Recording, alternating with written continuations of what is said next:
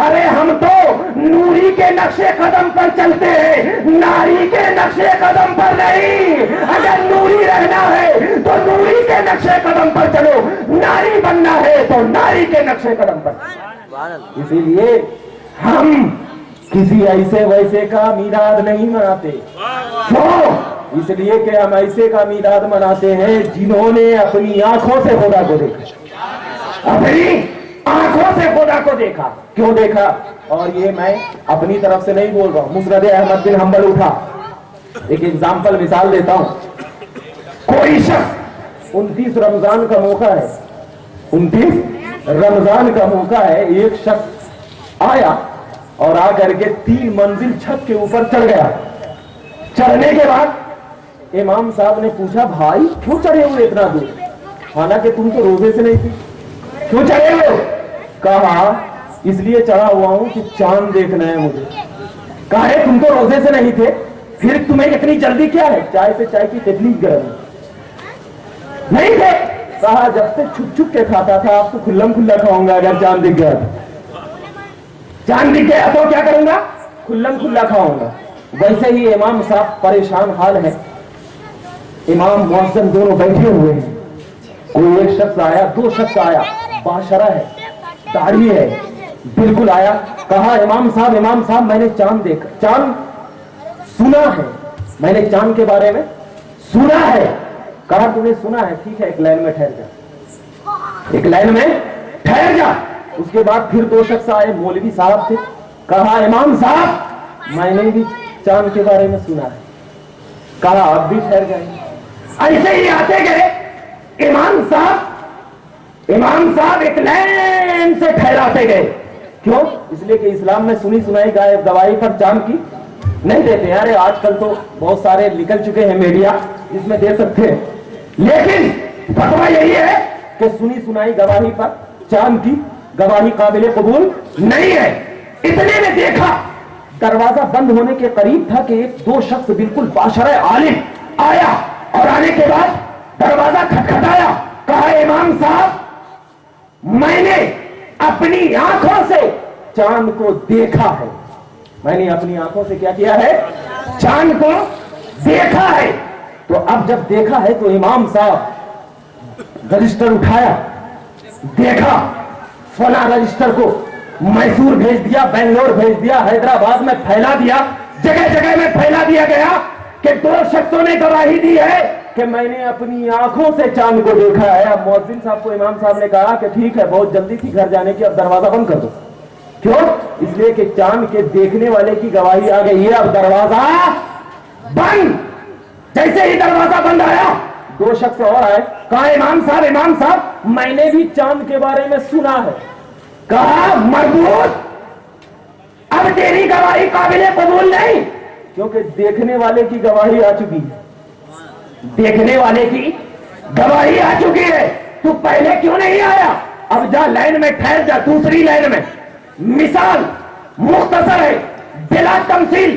حضرت آدم علیہ السلام کو جب اللہ تبارک و تعالی نے بھیجا, بھیجنے کے بعد حضرت آدم نے کہا قولوا لا الہ الا اللہ, اے لوگوں پر رہو اللہ تبارک و تعالی کے سوا کوئی معبود نہیں. تو ان کی قوم نے پوچھا اے آدم کیا تو نے خدا کو دیکھا ہے؟ حضرت آدم نے کہا نہیں میں نے سنا ہے. حضرت نوح آئے, اپنی قوم سے کہا لا الہ الا اللہ. حضرت ادریس آئے, قوم سے کہا لا الہ الا اللہ. حضرت موسیٰ آئے, قوم سے کہا لا الہ الا اللہ. لیکن حضرت موسیٰ علیہ السلام سے بھی ان کی قوموں نے کہا اے موسیٰ کیا تو نے خدا کو دیکھا ہے؟ حضرت موسیٰ نے کہا میں نے خدا کو دیکھا نہیں بلکہ ان کی تجلی کو بس محسوس کیا ہے, مجھے دیکھا نہیں. حضرت عیسیٰ نے کہا قولوا لا الہ الا اللہ. ان کی قوموں نے بھی پوچھا اے عیسیٰ کیا تو نے خدا کو دیکھا ہے؟ حضرت یوسف آئے, کہا لا الہ الا اللہ. ان کی قوموں نے بھی کہا اے یوسف کیا تو نے خدا کو دیکھا ہے؟ حضرت ابراہیم آئے, کہا قولوا لا الہ الا اللہ. لیکن ان کی قوموں نے بھی یہی سوال کیا اے ابراہیم کیا آپ نے خدا کو دیکھا ہے؟ تمام نبیوں سے جب ان کی قوموں نے کہا اے نبیوں اے انبیاء کی ذات، اے رسول اعظم، کیا تو نے خدا کو دیکھا ہے؟ تمام انبیاء نے کہا لے میں نے خدا کو دیکھا نہیں، میں نے سنا ہے، لیکن جب 12 ربیع الاول کو صبح صادق کے وقت جب کا دلارا آقا ہمارا رحمت للعالمین شفیع المذنبین ہم سب کا آقا و مولا جب 12 ربیع الاول کو اس ساری دنیا میں نمودار ہوا، فاران کی چوٹی پر کھڑا ہو کر جب اعلان کیا ان قولوا یا ایھا القوم قولوا لا الہ الا اللہ، اے میری قوموں کہو لا الہ الا اللہ۔ عتبہ شیبہ نے بھی کہا اے محمد عربی کیا آپ نے بھی اور نبیوں کی طرح خدا کو سنا ہے؟ کہا نہیں، بخاری، مسلم، ترمذی، ابو داؤد، ابن ماجہ، صحاح ستہ کی تمام کتاب اٹھا کر دے۔ اللہ کے نبی نے کہا انی شاہد تو میں نے سنا نہیں، میں نے اپنی آنکھوں سے دیکھا ہے۔ سبحان اللہ، سبحان اللہ، سبحان اللہ۔